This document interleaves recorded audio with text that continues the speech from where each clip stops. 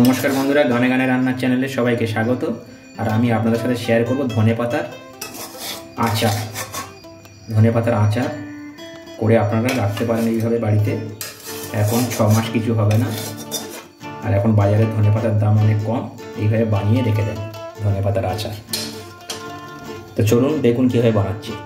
বন্ধুরা, শীতটা শেষ হয়ে আসছে আর ধনেপাতা কমে যাবে বাজার থেকে, দামও অনেকটা বেড়ে যাবে। এই সময় দাম অনেক কম।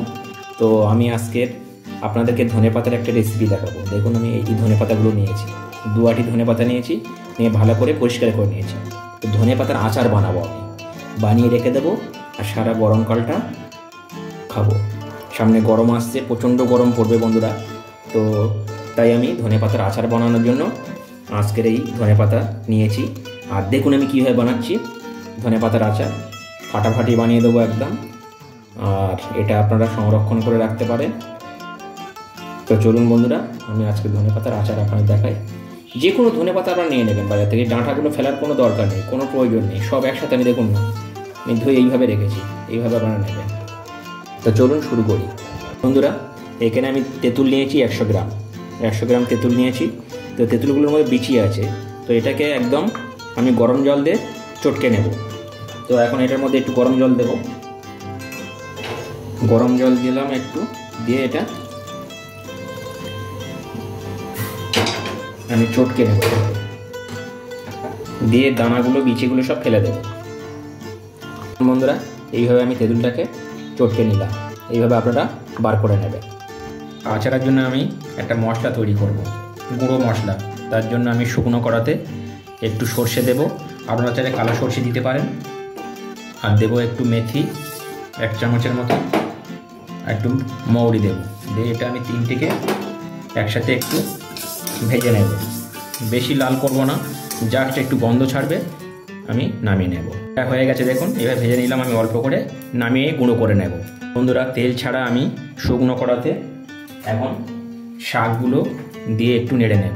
দেখুন, এই শাকগুলো আমি শুকনো কড়াতে, তেল দেব না, তেল ছাড়া এইভাবে নেড়ে দেব।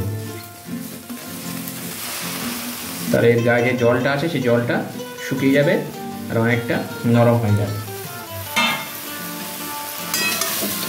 এইভাবে জাস্ট একটু নেড়ে নেব।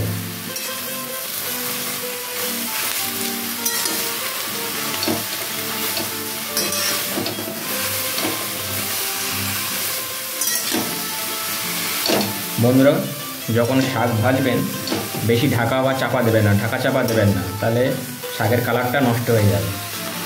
এইভাবে আমি একটু জাস্ট জলটাকে শুকিয়ে নেব। দেখুন বন্ধুরা, শাকটা হয়ে গেছে, শাকের কালারটা একদম ঠিক আছে। তো আমি এটা এখন একটা মিক্সার জারের মধ্যে তুলে নেব, নিয়ে পেস্ট করব। এটা একটা মিক্সার জারের মধ্যে আমি এইভাবে তুলে নিলাম, নিয়ে পুরোটা দিয়ে দিলাম এর মধ্যে। বন্ধুরা, কড়াতে আমি একটু তেল দেব, একটা মশলা বানিয়ে নেব। তো একটু তেল দিলাম, তেলটা গরম হয়ে 3টে শুকনো লঙ্কা দেবো আমি। 3টে শুকনো লঙ্কা দিয়ে দিলাম। শুকনো লঙ্কাটা একটু কালার এসে গেলে আমি দিয়ে দেবো রসুন। এখানে কয়েক 8-10 কোয়া রসুন আমি দিয়ে দিলাম।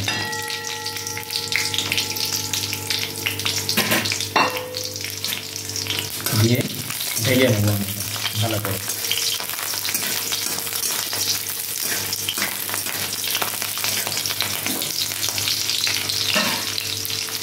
আর একটু যদি আচারটা আপনারা ঝাল ঝাল খেতে চান, তাহলে একটু কাঁচা লঙ্কা দিয়ে দেবেন। আমি কাঁচা লঙ্কা দিয়ে দিলাম এখানে, দিয়ে এগুলো ভালো করে ভেজে নেব।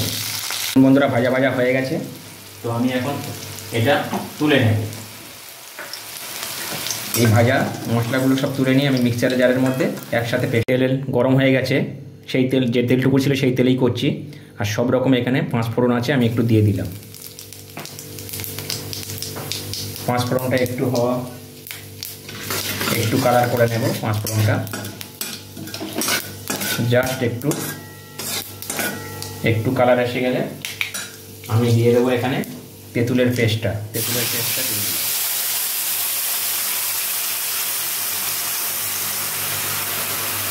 তেঁতুলের পেস্টটা দিয়ে ভালো করে আমি একটু কষিয়ে নেব তেঁতুলটা কষালে কী হবে, তেঁতুলের মধ্যে যে জলটুকু দিয়েছিলাম সেই জলটুকু টেনে যাবে।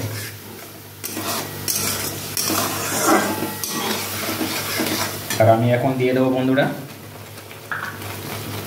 বিল লবণ দেবো এটার মধ্যে আমি বিল লবণ দিলাম 1 চামচের একটু কম বিল লবণ দিয়ে আপনারা বানাবেন। এই লবণ দেবেন না, তাহলে টেস্টটা ভালো হবে না। বন্ধুরা অলরেডি তেল ছেড়ে দিয়েছে অলরেডি। তো আমি এখন দিয়ে দেব ধনেপাতাটা পেস্ট করে রেখেছিলাম, সেটা এখন দিয়ে দেবো এটার মধ্যে।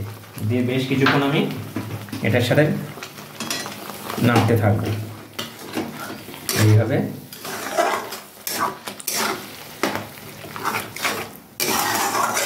নাড়তে হবে বন্ধুরা, ভালো করে এটাকে মিক্স করতে হবে ভালো করে। বন্ধুরা এটা আপনারা 6 মাস পর্যন্ত রাখতে পারেন, কিছু হবে না, নষ্ট হবে না। তো আমি দিয়ে দেবো, এত না নষ্ট হয় তার জন্য একটা মেডিসিন দিচ্ছি। দেখুন ভিনিগার দেবো একটু ভিনিগার দিয়ে দেবো, একটু ভিনিগার দিয়ে দিলাম। বন্ধুরা অলরেডি তেল ছাড়া শুরু করেছে, তখন বুঝতে হবে যে এটা হয়ে গেছে, একদম রেডি হয়ে গেছে। আমি এখন নামিয়ে নেব। বন্ধুরা হয়ে গেছে মানে হয়ে যায়নি, এখন অনেক বাকি, আপনাদের দেখাবো, আপনারা আমার সাথে থাকুন। এটা এখন আপাতত নামিয়ে নেব, দেখতে থাকুন। আপাতত এটা নামিয়ে রাখবো, পরের স্টেপে আমি আপনাদের দেখাবো কি করতে হবে। বন্ধুরা এখন দিয়ে দেবো আমি গুঁড়ো করে রাখা মশলাটা দিয়ে দেবো এটার মধ্যে, পুরোটা দেবো মশলাটা দিয়ে এইভাবে মিক্স করব। পুরো মশলাটা দিতে হবে বন্ধুরা। আর যত এটা বেশি দিন থাকবে ততটা আলাদা সেন্ট বেরোবে বন্ধুরা। ভাত দিয়ে যখন খাবেন ভাবতে পারবেন না কি খাচ্ছেন। এটা একটু করে বার করুন, আর ভাতের সাথে ডাল আলু সিদ্ধ হয়েছে একটু বার করে নেন, ব্যাস। এখন যাবেন না বন্ধুরা, এখন অনেক বাকি আছে, দেখতে থাকুন। এর মধ্যে দেবো এখন তেল গরম করে, সরষের তেল গরম করে এটার মধ্যে দিয়ে দিলাম।